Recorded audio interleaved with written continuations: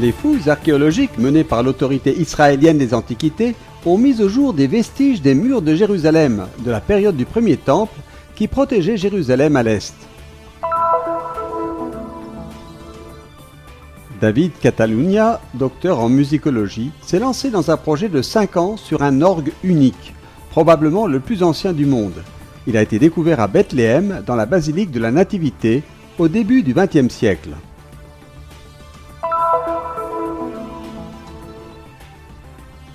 Après l'assouplissement des précautions contre la pandémie en Terre Sainte, de nombreux croyants se sont réunis avec beaucoup d'enthousiasme à Haïfa pour célébrer la fête de Notre-Dame du Mont-Carmel. À l'intérieur de la basilique du Saint-Sépulcre, un autel est consacré à un événement particulier relaté dans le 4e évangile, la rencontre de Jésus ressuscité avec Marie-Madeleine.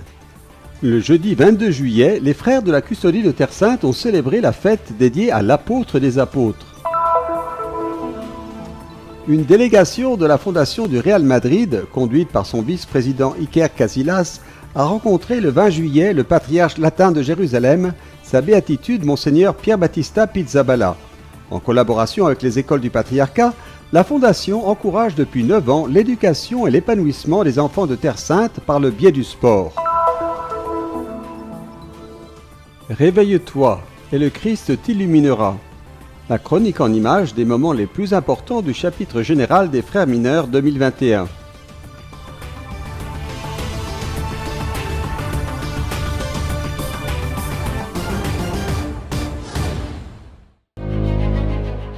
Les fouilles archéologiques menées par l'autorité israélienne des Antiquités ont mis au jour des vestiges des murs de la ville construits à l'âge du fer, datant de l'époque du premier temple du royaume de Judée, dans la section qui protégeait Jérusalem de l'Est. Nous sommes situés sur le côté est du parc national de la ville de David. Nous y avons trouvé une nouvelle partie des murs de Jérusalem datant de la période du premier temple. La section nouvellement découverte relie 2 sections précédemment excavées sur le côté est. Dans les années 1960, l'archéologue britannique Kathleen Kenyon a découvert une section de murs datant de la période du royaume de Judée dans la partie nord. Environ 10 ans plus tard, l'archéologue Yigal Shiloh a découvert une longue section de murs lors de fouilles sur le côté sud. Cependant, au fil des ans, on a soupçonné que ces découvertes faisaient toutes partie des murs de la période du premier temple. Entre ces 2 sections, il y a une différence de hauteur de 70 mètres. Au fil des ans, nous n'avons jamais réussi à trouver le lien entre ces 2 sections. Puis, à cet endroit précis, nous avons trouvé un autre tronçon de mur, si bien qu'aujourd'hui, je peux affirmer avec certitude que nous avons devant nous les murs de Jérusalem qui remontent à la fin de la période du premier temple, entre le 8e et le 6e siècle avant Jésus-Christ. Et nous pouvons donc retracer sur environ 200 mètres le tronçon qui suivait ces murs.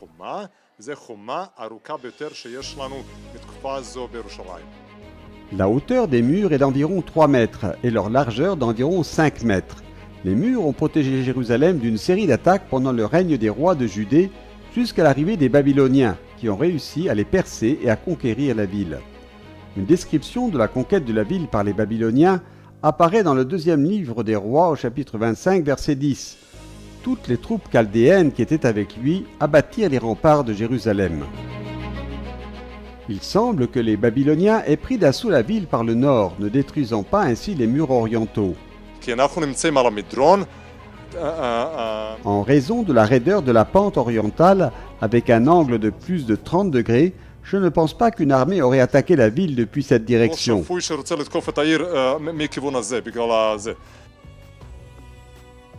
Les traces du grand incendie qui a dévoré Jérusalem et de la destruction opérée par les Babyloniens sont visibles dans le bâtiment qui se trouvait à côté du mur, découvert lors de fouilles précédentes. On a découvert des récipients de stockage qui ont été détruits lors de l'incendie et de l'effondrement du bâtiment, avec des poignées moulées en forme de rose associées aux dernières années du royaume de Juda. Ici même, à l'endroit où nous nous trouvons, nous avons trouvé un sceau portant le nom judéen Tsaphan. Nous avons également trouvé un sceau babylonien à quelques centimètres de l'inscription judaïque. Sur le sceau, nous voyons un personnage debout devant les symboles de 2 dieux babyloniens. Le premier est Marduk, une célèbre divinité babylonienne, et le second est Nabu, également une célèbre divinité babylonienne. Ces découvertes archéologiques ont été faites le jour même où le calendrier juif commémore la destruction du temple, le 9 du mois d'Av, Tisha B'Av.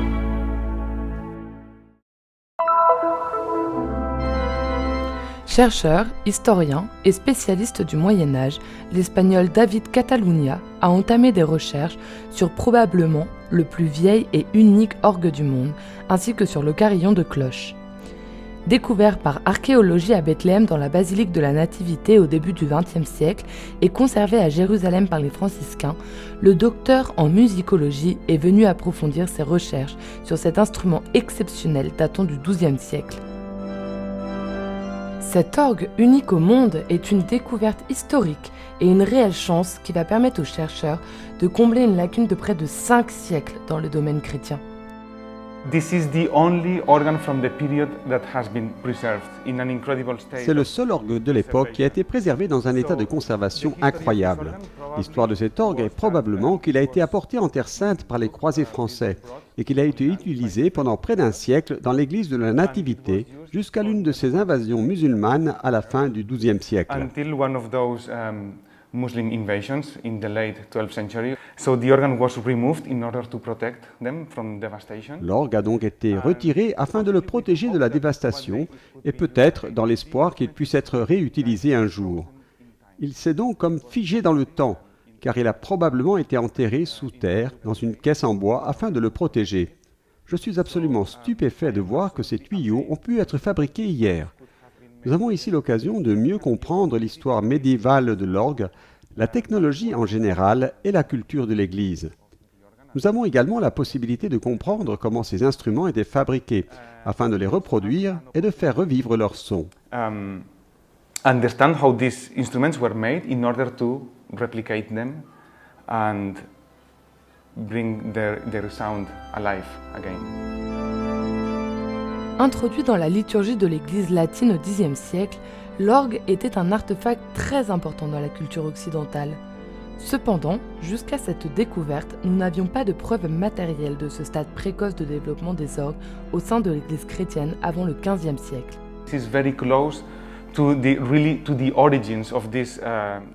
Nous sommes donc très proches des origines de cette tradition musicale et technologique. C'est pourquoi il est si important d'étudier et de comprendre comment l'orgue a été introduit dans l'Église, puis adapté aux besoins des rituels latins à l'intérieur de l'Église, de sorte que l'instrument s'est transformé, et c'est ce que nous étudions.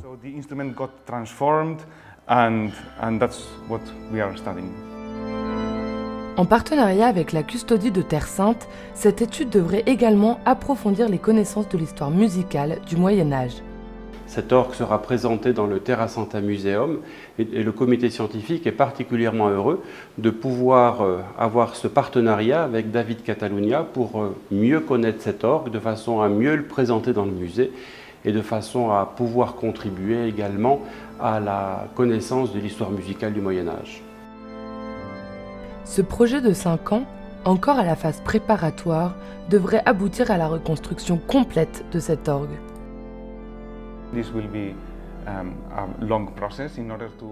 C'est un long processus de reconstruction, car nous devons reconstruire les techniques de fabrication, reproduire les tuyaux de la même manière qu'ils étaient faits au Moyen-Âge, afin de reproduire et reconstruire l'orgue complet, pour que nous puissions l'entendre à nouveau.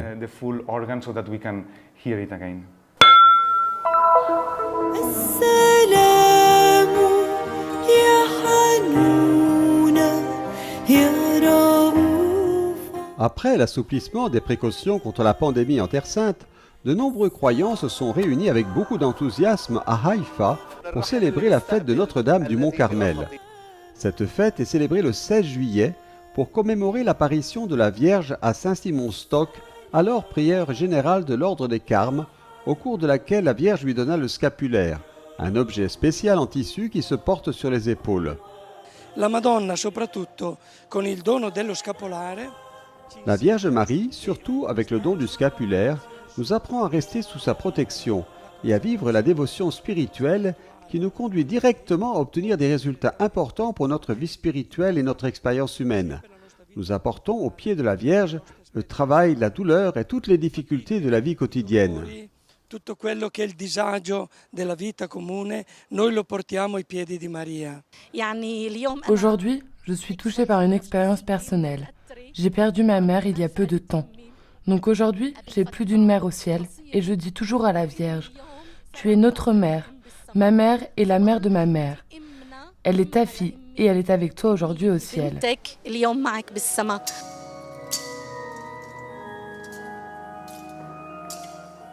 La messe a été présidée par frère Bruno Variano, gardien de la basilique de l'Annonciation à Nazareth. Una tradizione molto antica. Il s'agit d'une tradition très ancienne, comme l'est la présence franciscaine en Galilée dans toute la Terre Sainte. Une tradition préservée surtout en période de persécution et de difficultés. Nous sommes les gardiens du lieu du oui de Marie, tandis que les carmes sont les gardiens du Mont Carmel et du don reçu de la Vierge Marie. C'est pourquoi c'est un moment de grande joie pour Di tous. gioia e buona festa a tutti. Aujourd'hui, nous avons assisté à un merveilleux et magnifique rassemblement de chrétiens venus de Nazareth, de Haïfa et de toute la Terre Sainte pour prier la Vierge en cette fête du Carmel.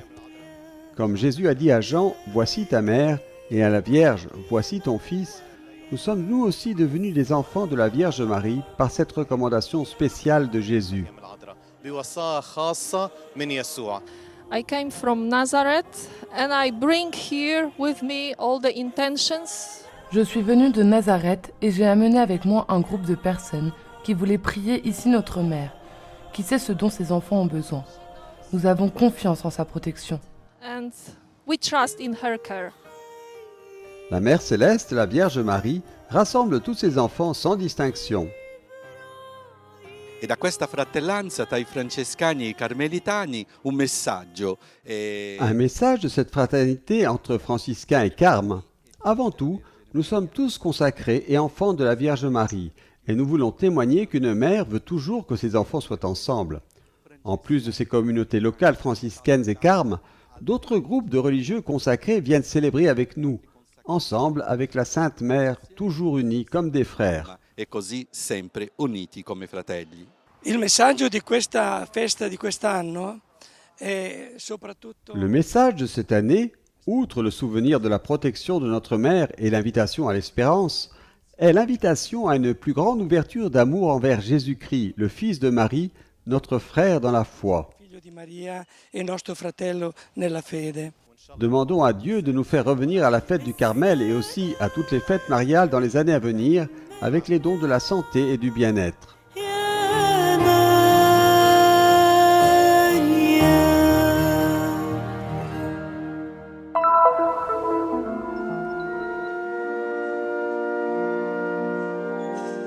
À l'intérieur de la basilique du Saint-Sépulcre, un autel est consacré à un événement particulier relaté dans le 4e évangile, la rencontre de Jésus ressuscité avec Marie-Madeleine. C'est là que le jeudi 22 juillet, les frères de la Custodie de Terre Sainte ainsi qu'un grand groupe de religieux et de fidèles présents à Jérusalem ont célébré la fête dédiée à Marie-Madeleine, définie comme l'apôtre des apôtres.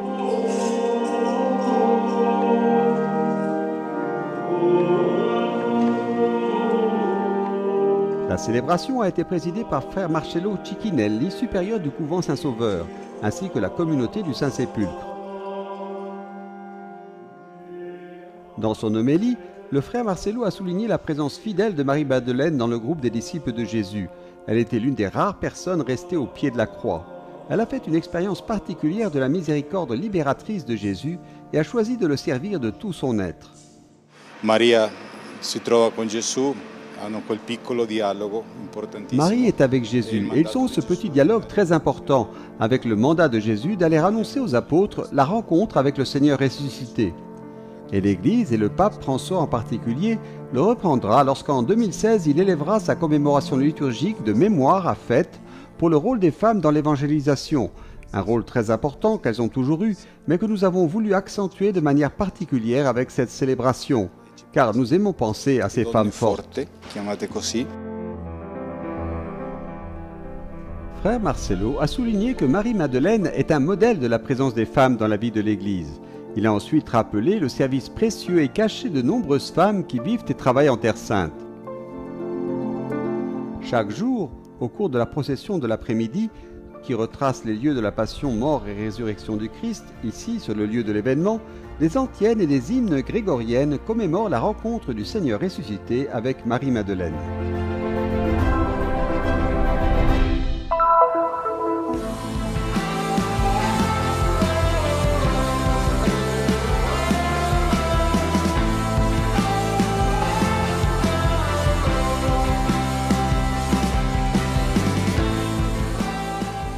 Une délégation de la fondation du Real Madrid, conduite par son vice-président Iker Casillas, a rencontré le 20 juillet le patriarche latin de Jérusalem, sa béatitude Monseigneur Pierre Battista Pizzaballa. En collaboration avec les écoles du patriarcat, la fondation encourage depuis 9 ans l'éducation et l'épanouissement des enfants de Terre Sainte par le biais du sport.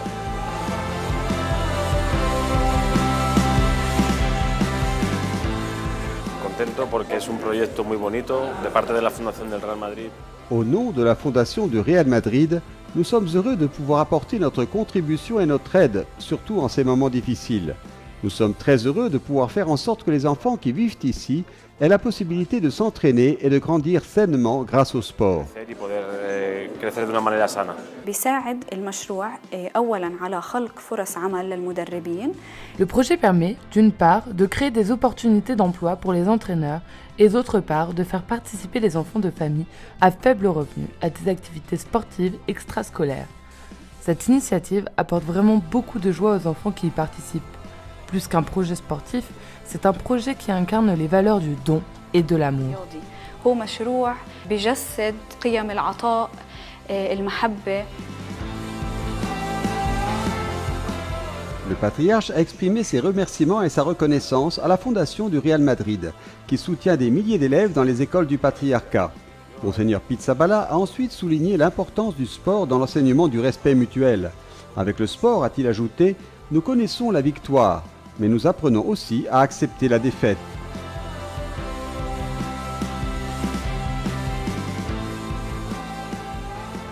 Iker Casillas a ensuite envoyé un message aux jeunes et aux enfants de Terre Sainte. Il représente un grand exemple, a-t-il dit. Nous traversons une période très difficile et les jeunes ont été un exemple pour nous tous. Je leur souhaite de pouvoir continuer à pratiquer le sport, dans ce cas le football, de pouvoir continuer à grandir heureux et de rencontrer des personnes qui leur permettront de cultiver la pratique de ce sport formidable.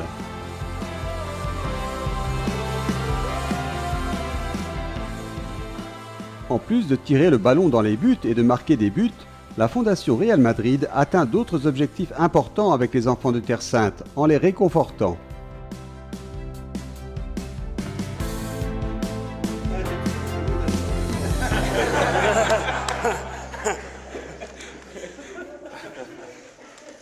You are a Real Madrid supporter, no?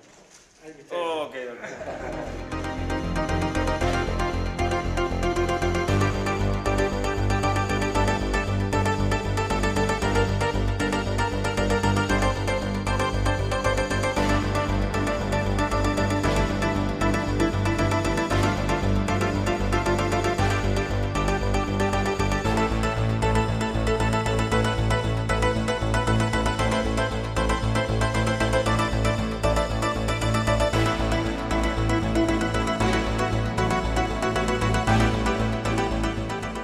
Jesus Christ, you are my life. Hallelujah, hallelujah.